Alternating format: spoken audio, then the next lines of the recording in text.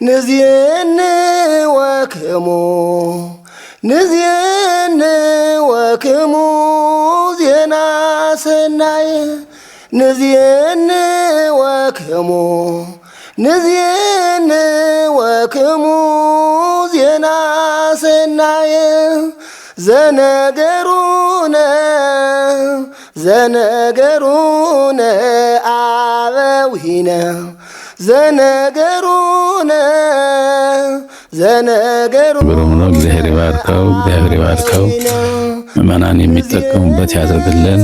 እርሶን ብፁዕ አባታችን እግዚአብሔር ይባርኮት ጤና ይስጥዎት። ወክሙ ዜና ሰናይ ንዝየኒ ወክሙ ንዝየኒ ወክሙ ዜና ሰናይ ዘነገሩነ ዘነገሩነ አበዊነ ዘነገሩነ ዘነገሩነ አበዊነ ንዝየኒ ወክሙ ንዝየኒ ወክሙ ዜና ሰናይ። በመሰረቱ እኔ ከየትም አላገኘሁትም ከየትም አላመጣሁትም። የቤተክርስቲያን ሀብት ነው። የቤተክርስቲያን ሀብት አባቶቻችን ቀደም ባሉ ዘመናት ቴክኖሎጂ ባልነበረበት በየገዳማቱ በየአድባራቱ ብራና ዳምጠው ቀለም በጥብጠው ያወረሱን፣ ከዛም ዘመን ባመጣው ቴክኖሎጂ ደግሞ ቤተክርስቲያኒቷ በየቋንቋው ስታትማቸው የነበሩ መጻሕፍት ናቸው። መጽሐፍ ቅዱስ መቼም ምን እንደሆነ መተርጎም የሚያስፈልገው አይደለም። በራሱ ሃይማኖት ነው፣ ሕይወት ነው፣ ሕግ ነው። ስለዚህ ነገር ግን ዘመናችን በጣም የተወሳሰበ ዘመን እንደመሆኑ መጠን ሰው በሚረዳው ቋንቋና በሚገባው ቋንቋ መገልገልም ስለሚፈልግ የቤተክርስቲያን ሊቃውንት ይሄ ሊያስፈልጋቸው ይችላል። ነገር ግን ቋንቋ ለማያውቁ ሰዎች ደግሞ ግዕዙን ብቻ ስለሚከብዳቸው በቋንቋ እንዲገለገሉ ያስፈልጋልና ከዚህ አንጻር ለቤተክርስቲያን መገልገያ ይሆን ዘንድ ምእመናንም በሃይማኖት ይጠነክሩበት ዘንድ ወጣቶችም በራሳቸው ቋንቋ ሃይማኖታቸው እንዲያውቁ የሚደረግበት ዘመን ላይ ስላለን ይህንን በማሰብ አንዳንድ ጊዜ በትርፍ ጊዜ ከጀመርኩት ረጅም ጊዜ ሆኗል፣ ግን ቀስ በቀስ እዚህ ደርሰዋል። ስለዚህ ቅዱስ አባታችን ብፁዓን ሊቃነ ጳጳሳት የዚህ ተገኝታችሁ ያው የራሳቸውም ስራ ነው፣ የኔ ስራ ብቻ አይደለም፣ የጋራ ስራችን ነው። ይህንን ስለባረካችሁት ቤተክርስቲያን እንድትገለገልበት እኛ እንድንገለገልበት ስለፈቀዳችሁ በጣም ከልብ አመሰግናለሁ። በዋናነት የዚህ መጽሐፍ ሽያጭ አሁን እኔ ልጠቀምበት አይደለም፣ 30% ለወደመውና ለፈረሰው ላደኩበት በሙክስና ለተገኘሁበት ለዋልድባ ገዳም ይሆን ዘንድ ነው። ገዳሙ የነበረ እንዳልነበረ ሆነዋልና አባቶች በሸራ ወጥረው ፀሐይ ላይ ወርጭ ላይ የተፈራረቀባቸው የሞቱት ሞተዋል። በቤት የተረፉትን ግን ለነሱ ለማዳን ሲባል ለነሱ ካለችኝ ገንዘብ ከመሰጣቸው የለኝም ገንዘብ ግን ይሄ መጽሐፍ ተሽጦ ህትመቱን ከመለሰ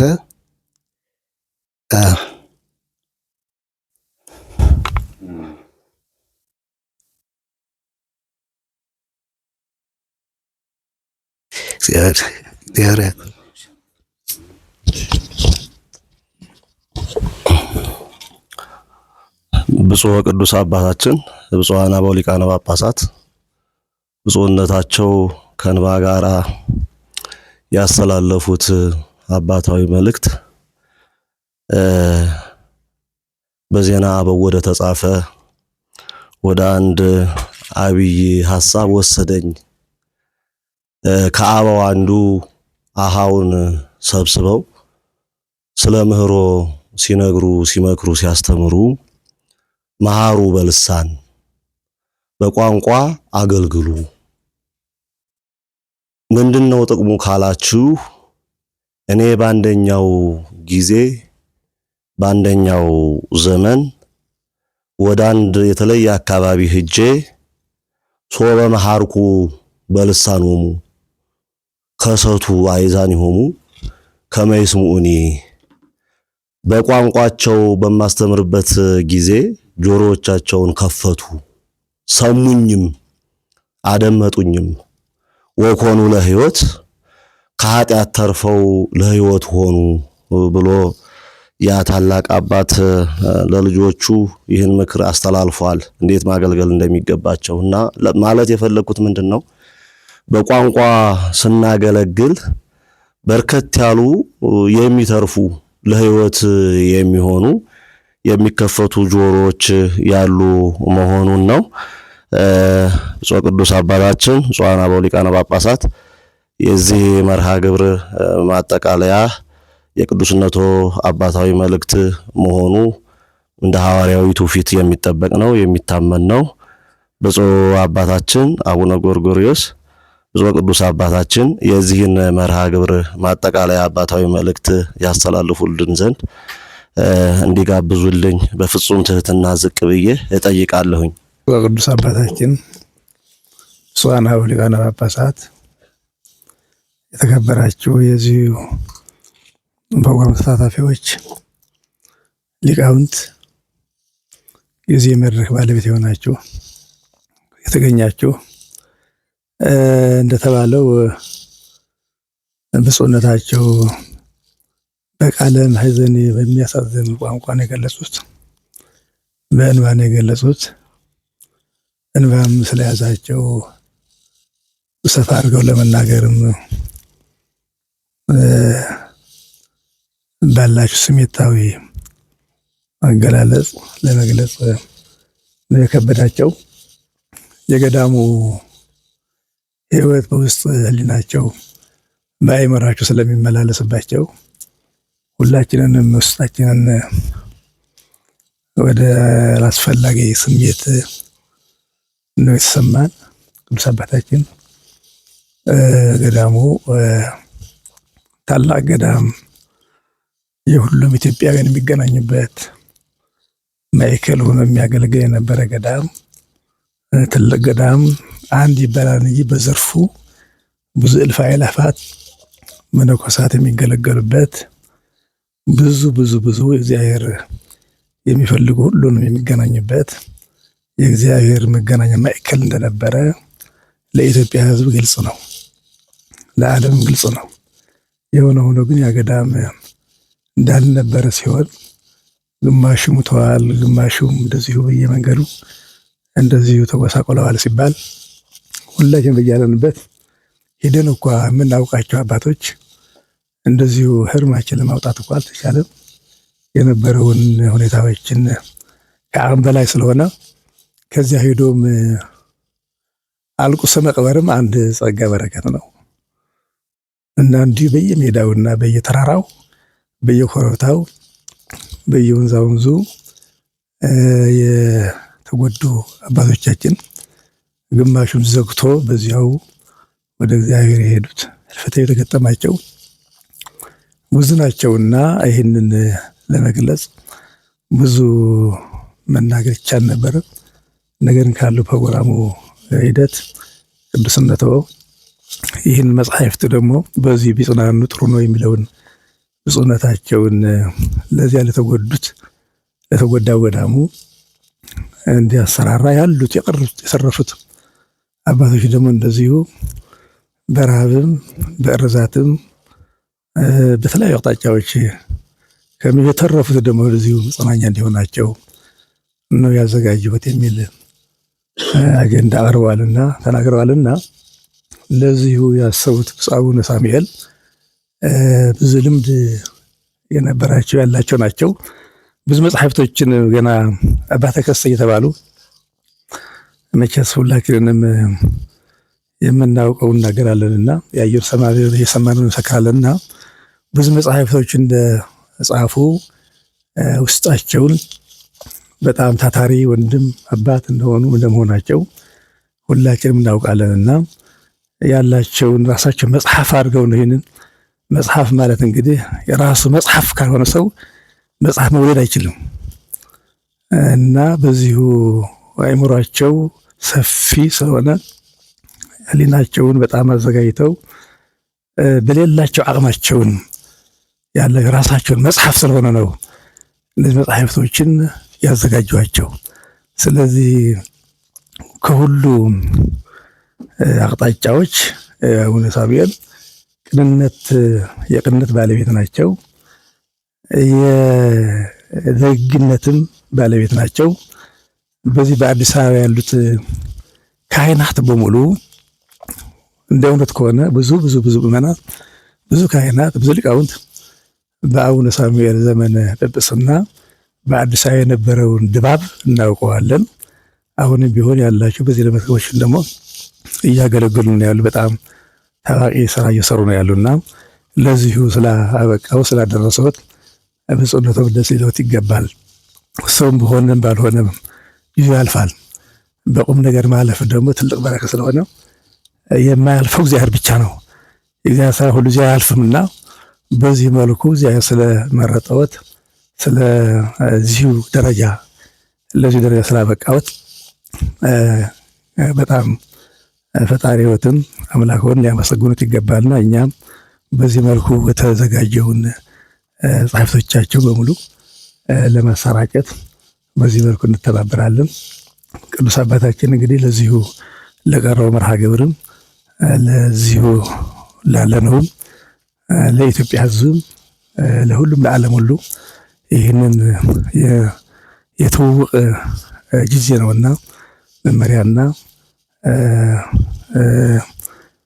እንዲሰጡበትና ለኢትዮጵያ ሕዝብ የሚደረስበትን መንገድም አቅጣጫ መመሪያ እንዲሰጡበት ይህንን መድረክ እኔም ይህንን እድል ስላገኘሁት ትናንትና ማታ የነገሩኝ ብፁዕ አቡነ ሳሙኤል ይህንን እድል ስላገኘሁ በጣም ከልብ እያመሰገንኩ ቅዱስነትዎን መመሪያ እንዲሰጡበት በአክብሮት ቀርባለሁ። እግዚአብሔር አምላካችን በሕይወት በጤና ጠብቆ ከዚሁ ሰዓት ላደረሰን አምላካችን ክብር ምስጋና ይድረሰው።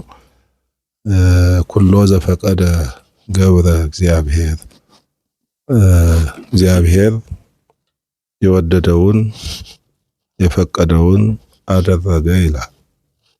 እንግዲህ ያው የስራው ባለቤት መንፈሳዊ ስራ ሰሪውም አሰሪውም ባለቤቱም እሱ ነው። ስለዚህ እሱ ሲፈቅድ መልካም ስራዎችን እንሰራለን። በሱ ታግዘን በሱ እርዳታ ካሰብንበት እንደርሳለን እና ብፁዕ አባታችን አቡነ ሳሙኤል ታላቅ ወንድማችን ናቸው።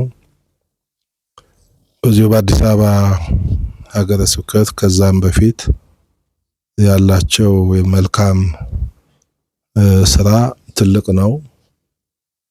ብፁዕነታቸው አርቆ አሳቢ፣ ምንጊዜም ሐሳባቸው፣ ንግግራቸው፣ ቋንቋቸው የቤተክርስቲያን ሕይወትን ብቻ የሚዳስስ እንጂ ለኔ የሚሉት ነገር የላቸውም። ይሄ እንግዲህ ያው እኛ ወደዚህ ከመጣን ወደ 20 ዓመት ሞልቶናል።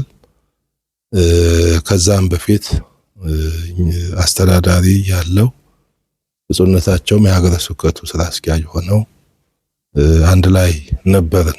ልባችንም ውሏችንም አንድ ላይ ነበረ። የሚለየን አዳር ብቻ ነው እና ከዚያን ጊዜ ጀምሮ ለሰው የሰውን እንባ የሚያብሱ ራእያቸው ትልቅ ለልማት እና ለልማት የሚያስቡ እንደዚሁም ደግሞ ቤተክርስቲያን በየጊዜው በሚደርስባት ችግር የሚጨነቁ የሚያለቅሱ እኛንም ጭምር የሚያተጉ ወንድም ናቸው እና በዚህ በቅዱሳት መጻሕፍት ባላቸው ጊዜ የላቸውም፣ በፊትም አልነበራቸውም። የባከነ ጊዜ እስካሁን ድረስ አላየሁም። እኛም ያው ብዙ መጻሕፍት ጽፈዋል፣ ብዙ ደክመዋል። አሁንም እየደከሙ ነው የሚገኙት እና አባታችን እውነተኛ የቤተክርስቲያን አባት ናቸው። እንደዚሁም ደግሞ እውነተኛም ኢትዮጵያዊ ናቸው። ግራኝና ቀኙን አራቱን አቅጣጫ የሚመለከቱ ናቸው። ምንም እንኳ 4 ኪሎ ቢኖሩም የዋልባ ህይወት የዋልባ ኑሮ ነው የሚኖሩት ማለት ይቻላል። ምንም መናኛ እንደ ከወጣ ወጥቷል። ስለዚህ ወንድሜ ቤተሰቤ የሚሉት ነገር የላቸው ቅዱስ አባታችን።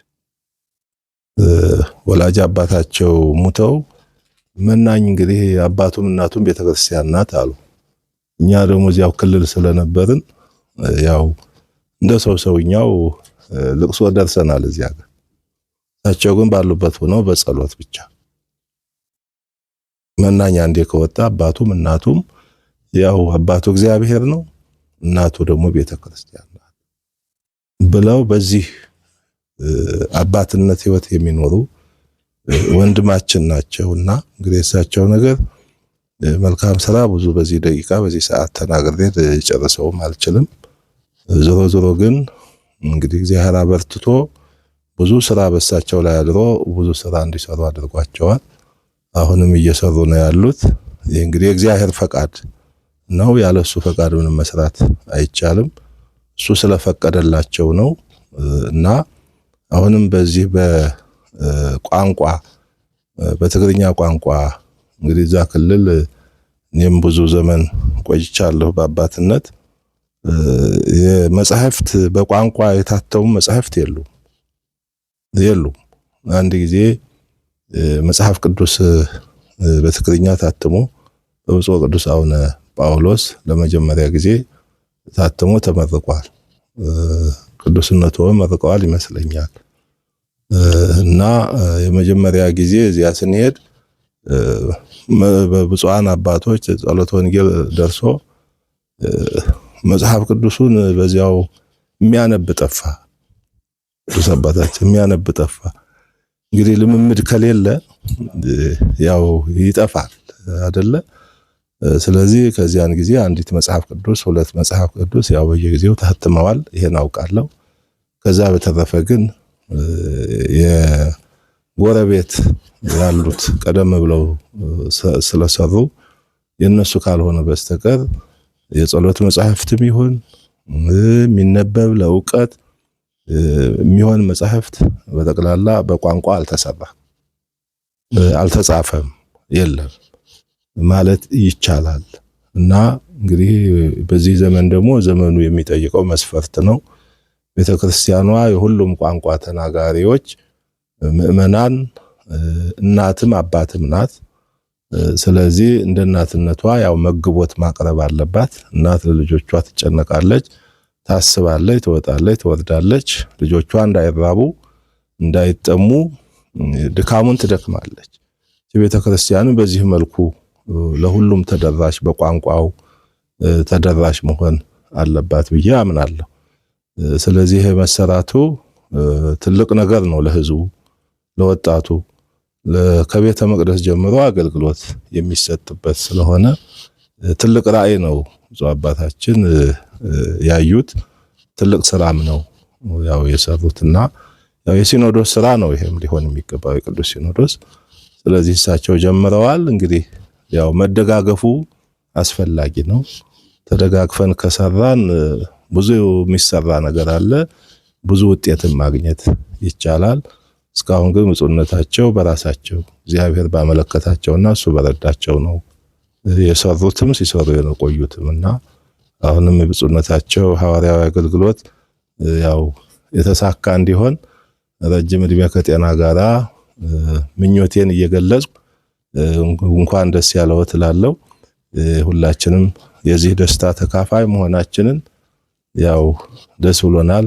እኔም ትናንት ነው እንደ አባታችን የነገሩኝ ያው መገኘት አለብን ብለን ሁለታችንም ለመገኘት ከዚህ በረከት ከዚህ ታሪክ ከዚህ ይጀምርና እያደገ ይሄዳል። ከታሪኩ እንዳንጎድል በዚህ ታሪክ ውስጥ እንድንሳተፍ አድርገውናል። ይሄም ብልህነትና አዋቂነት አስተዋይነት ነው የሚያመለክተው።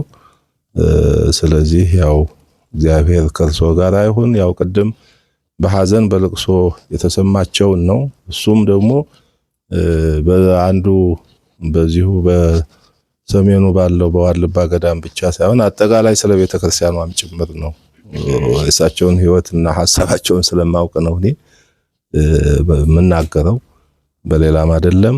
ያው ይሰማል፣ አባቶች ነን። ያው እንግዲህ አባቶች በእንባም በልቅሶም እግዚአብሔርን በመጠየቅ በጸሎትም ያው እንግዲህ ለገዳማቱም ለአድባራቱም ለህዝቡም ያው ሰላሙን ምህረቱን አንድነቱን እንዲሰጥ ያለው ችግር ደግሞ ፈጣሪያችን እንዲያስወግድ ያው እንግዲህ አባት ነው ለልጆቹ ማልቀስም ያለበት ማዘንም ያለበትና ያው የሶስ ብፁዕነታቸው ስሜት የሁላችንም ስሜት ነው። የብፁዕነታቸው ሐዘን የሁላችንም ሐዘን ነውና እንግዲህ እግዚአብሔር ለሀገራችንም ለቤተክርስቲያናችንም ሰላሙን ያድልልን። እግዚአብሔር አስጀምሮ ይህንን ስራ ላስፈጸመውት ለአምላካችን ለእግዚአብሔር ክብር ምስጋና ይሁን። ይበቃኛል። ብፁዕ ወቅዱስ አባታችን ብፁዓን አበው ሊቃነ ጳጳሳት፣ ክቡራን የዚህ ታላቅ ጉባኤ ታዳሚዎች፣ ብፁዕ ወቅዱስ አባታችን ብፁዕ አቡነ ሳሙኤልን እኔ በእውነት ከማውቃቸው ገና አባ ተከስተ እየተባሉ እያለ በጎንደር አካባቢው ነበሩ። ከዛ በኋላም ወደ አዲስ አበባ መጡ። ከዚህ አብረን እንግዲህ እንደ እግዚአብሔር ፈቃድ አዲስ አበባ ጎንደር ነበሩ። ከጎንደር ወደዚህ ሲመጡ አብረን እዚህች ላይ አብረን መከራውም ደስታውም አብረን ነበር። ከዛ በኋላ ተነስተው ወደ አሜሪካ ሄዱ። አሜሪካን ቢቆዩ በእግዚአብሔር ፈቃድ ቅዱስነቶም ያውቁታል። ከቅዱስነቶ ጋራም እንደተገናኙ መዛ አዲስ አሜሪካም ይታወቃል።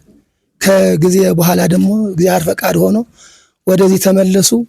ከዚህ ከተመለሱ በኋላም በዚህ በአዲስ አበባ ሀገረ ስብከት ምን ያህል ስራ እንደሰሩ ምን ያህል ውጤት እንዳስመዘገቡ ይህች በእውነት ቅዱስ አባታችን ይህች ቢሮ የተሰራችው በሳቸው ናት። አሁን የአዲስ አበባ ሀገረ ስብከት ህንፃ በሳቸው ተሰርታ በሳቸው ነው የተመረቀችው። ከዛ ከተመረቀች በኋላ ግን ሌላ ተነሳና ሌላ ሆነ ማለት ነው። ከዛ የነበረው ፈተና ታውቃላችሁ ማለት ያ ፈተና መቼም እንዴት እንደሆነ ይታወቃል። የሆነ ሆኖ ግን ኩሎ ዘፈቀደ ገብረ እግዚአብሔር አሉት ብፁዕ አባታችን በእግዚአብሔር ፈቃድ እዚህ ላይ ደርሰው ይህንን መጽሐፍት እኔ በእውነት ቅዱስ አባታችን እኔ አሁን ከሁሉም ከዚህ ቦታ እስካሁን ድረስ ዝም ብዬ ከቅድስት ማርያም ወደ ቤተክርስቲያን ነው እንጂ ወደ እንደዚሁ ቀርቤም አላውቅም። እዚህ ግቢም ራሱ ብዙ እዚህ ከቅዱስ አካባቢ ነው እንጂ የማለየው እዚህ አካባቢ ዝም ብዬ መጥቼ አላውቅም። ዛሬ ግን እሳቸው እንደ ሐሳብ ጠርተው በዚህ መገኘት አለበት ብለው በእውነት ከሚገርማቸው የጥንቱ ሐሳባቸው ሳይለቁ ጠርተው ነው እዚህ የተገኘሁትና እጅግ አድርጌ በእውነት ደስ ስላለኝ ነው እንግዲህ የተነሳሁትና ዝም ብዬ አንዲት መዝሙር ለደስታዬ ሌላ እንትን የለኝም። አንድ ደስታዬ ለመግለጽ አንዲት አዎን ብዬ አንዲት ደግሞ ወረብ ብዬ እንዳቆም ቅዱስነቶ እንዲፈቅዱልኝ በታላቅ ትሕትና ጠይቃለሁ።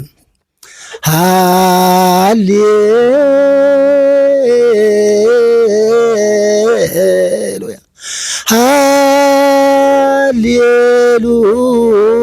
ሃሌሉያ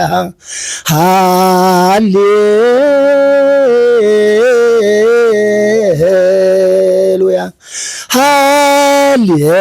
ሃሌሉያ ገቢረ ፈቃደ እግዚአብሔር ፍጹም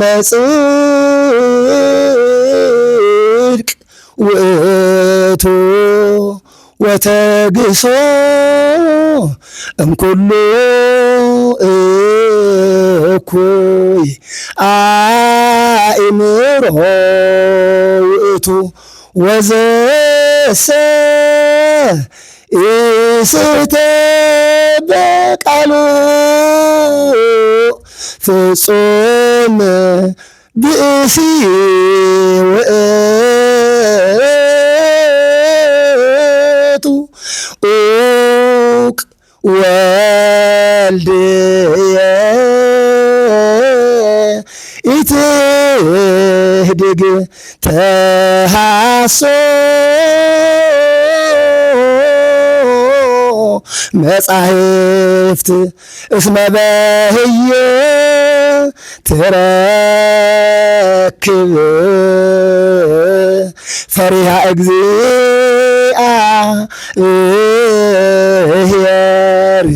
ወይመርሃከ ፍኖተ ዘአስተዳለወ ለእለ ያፈቅርዎ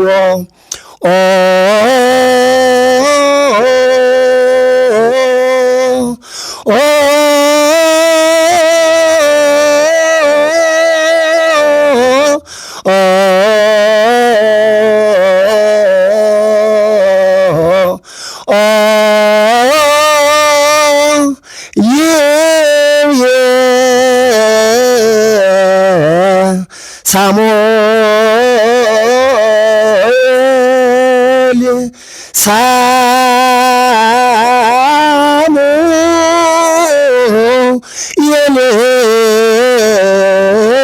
ሳሙኤል ቀጳጳስ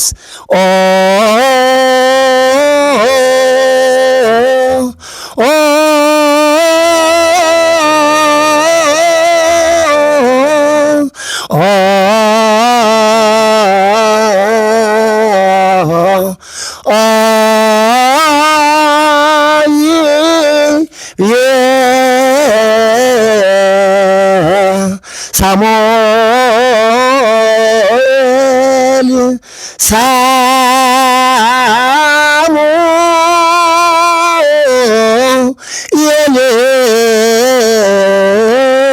ሳሙኤል ቀጳጳስ ንስእዎ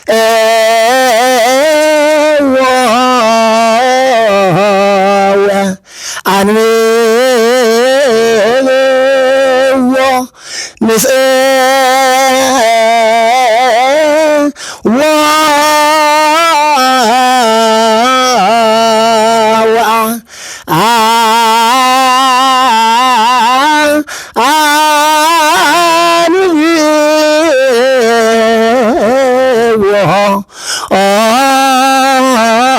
ለዝንቱ መጽሐፍ ንስእዎ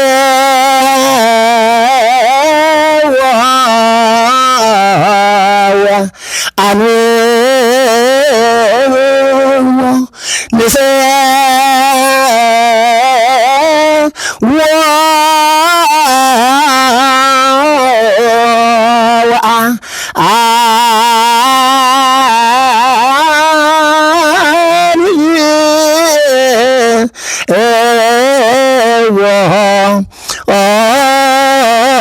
ለዝንቱ መጽሐፍ። እግዚአብሔር ይስጥልኝ። በጣም አመሰግናለሁ። ብፁዓን ሊቃነ ጳጳሳት፣ የተከበራችሁ የዚሁ ጉባኤ ተሳታፊዎች ወንድሞቻችን፣ ለዚሁ መልካም የሆነ እግዚአብሔር የሚወደው ሰውም የሚወደው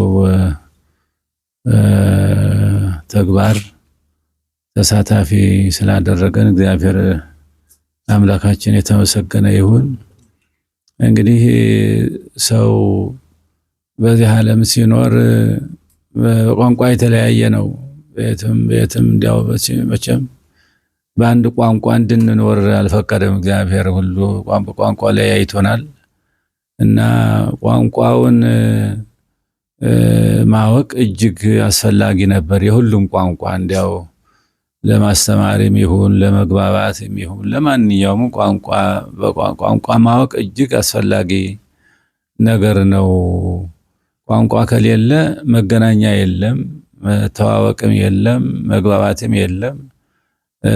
ችግር ነው ለፍጡሩ እና ቋንቋ በጣም በጣም ጠቃሚ ነው። በቋንቋው ካልተማረ ማንም ሰው ይሆን ምንም መጽሐፍት ቢሆን ቢጻፉም ቢነበቡም ምንም ማይሰማ ማያነብ ከሆነ በቋንቋው የሚጠቅመው ነገር አይደለም፣ ከንቱ ነው ማለት ነው። ስለዚህ እነዚህ መጻሕፍት ተተርጉመው በቋንቋቸው እንዲጠቀሙ የተደረገው ስራ ብዙ አባታችን አቡነ ሳሙኤል በእውነቱ በጣም የሚያስመሰግን ስራ ነው እየሰሩ ያሉት። እንደተባለው ብዙ መጻሕፍት ተጽፈዋል። አሁንም ደግሞ እነዚህ ታላላቅ ቅዱሳት መጻሕፍት ደግሞ እንደገና በቋንቋ በትግርኛ ቋንቋ አማርኛ የማያውቁ ወገኖቻችን በቋንቋቸው ቢማሩና ቢያጠኑ እግዚአብሔርንም ቢያመሰግኑ ትልቅ ዋጋ ያሰጣል። በእውነቱ በጣም ትልቅ ደስ የሚለው ሰው በቋንቋው ሲናገር ነው። በቋንቋው ካልተናገረ ምንም ነገር ሊጠቀም አይችልም። ስለዚህም ከዚህም አልፎ ደግሞ ቅድም አቡነ ሳሙኤል እንዳሉት ያው ከዚህ መጽሐፍት ሽያጭ ለገዳማቸው ላደጉበት፣ ለተማሩበት፣ ለመነኮሱበት ገዳም እንደውም ጉዳት ለደረሰበት አደጋ ለደረሰበት ገዳም ይሁን ብለው መስጠቱ በጣም እጅግ የሚያስመሰግን ነው። በእውነቱ እጅግ ብፁዕ ዘይሌቡ ላዕለ ነዳይ ወምስኪን ይላል መጽሐፋችን። ለተቸገሩ ሰዎች እንደው ለተቸገሩ ወንድሞቻችን አባቶቻችን የሄዱትም ሂደዋልና ለተረፉት ይጠቅማቸዋልና ደግሞ ገዳሙን እንደ አዲስ አሁን እንደ አዲስ ለማቀናት እንደገና ጥረት እያደረጉ ነው። እንደሰማሁት እንደነገሩ እነሱም መጥተው እንደነገሩን እና በዚህ ጊዜ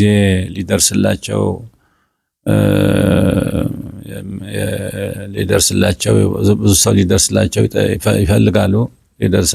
ሊረዳቸው ይፈልጋሉ። በችግር ጊዜ ውስጥ ነው ያሉት እና ይህንን ስጦታ ማድረጎ ለነሱ ትልቅ እርዳታ ነው። ትልቅ ተስፋ ነው። ትልቅ ዋጋ አለው። እግዚአብሔር ነው ዋጋ በእግዚአብሔር ዘንድ ያስመሰግናልና እግዚአብሔር ይስጦት። በእውነት አባታችን እንግዲህ እነዚህ መጻሕፍት እንግዲህ ለሁሉም እንዲዳረሱ ማድረግ ደግሞ የሁላችንም ኃላፊነት ነው። ሁላችንም እንደው ማስተዋወቅ እንደው በሚቻለው ሁሉ እንዲሰራጩ እና እንዲደርሱ ለሚፈለጉ በቋንቋው ለሚጠቀሙ ሰዎች እንዲደርሳቸው ማድረግ ደግሞ ተገቢያችን ነው እና ብፁዓን አባቶችም የሰጣችሁት ምክር የሰጣችሁት ምስጋና ሊቃውንትም መልአከ ብርሃናትም ሁላችሁም በዚህ የተገኛችሁ አባቶችም ወንድሞችም ይህንን በዓል ለማክበር እዚህ ስለተገኛችሁ እናመሰግናችኋለን። ይሄም መጽሐፍት እንግዲህ አቡነ ሳሙኤልም ብዙ እስካሁን ድረስ ጽፈዋል፣ ወደፊትም ይቀጥላሉ ብዬ ተስፋ አደርጋለሁ። አንዴ ከፍቶላቸዋልና በሩን ሁሉ ጊዜ ያው ይቀጥሉበታል ብዬ ተስፋ አደርጋለሁ እና እግዚአብሔር ይባርከን ሁላችንንም። ይህንን መጽሐፍት ለማረክም ስላበቃን አምላካችን የተመሰገነ ይሁን። እግዚአብሔር አምላክ እድሜና ጤና ይስጥልን። አባታችን እግዚአብሔር ይባርከው። እግዚአብሔር እድሜና ጤና ይስጠው። ሁላችንንም እግዚአብሔር ይባርከን፣ ይቀድሰን፣ ሰላማዊ ቀን ያውለን። እነዚህም መጻሕፍት ከሚመለከታቸው ከሚፈልጉት ምዕመናን ደርሶ እንዲጠቅማቸው ጸሎታችንም ምኞታችንም ነውና እግዚአብሔር ይባርከን፣ ይቀድሰን፣ ሰላማዊ ቀን ያውለን። አቡነ ዘበሰማያት ንዚን ወክሙ ዜና ሰናይ ንዚን ወክሙ ዜና ሰናይ ዘነገሩነ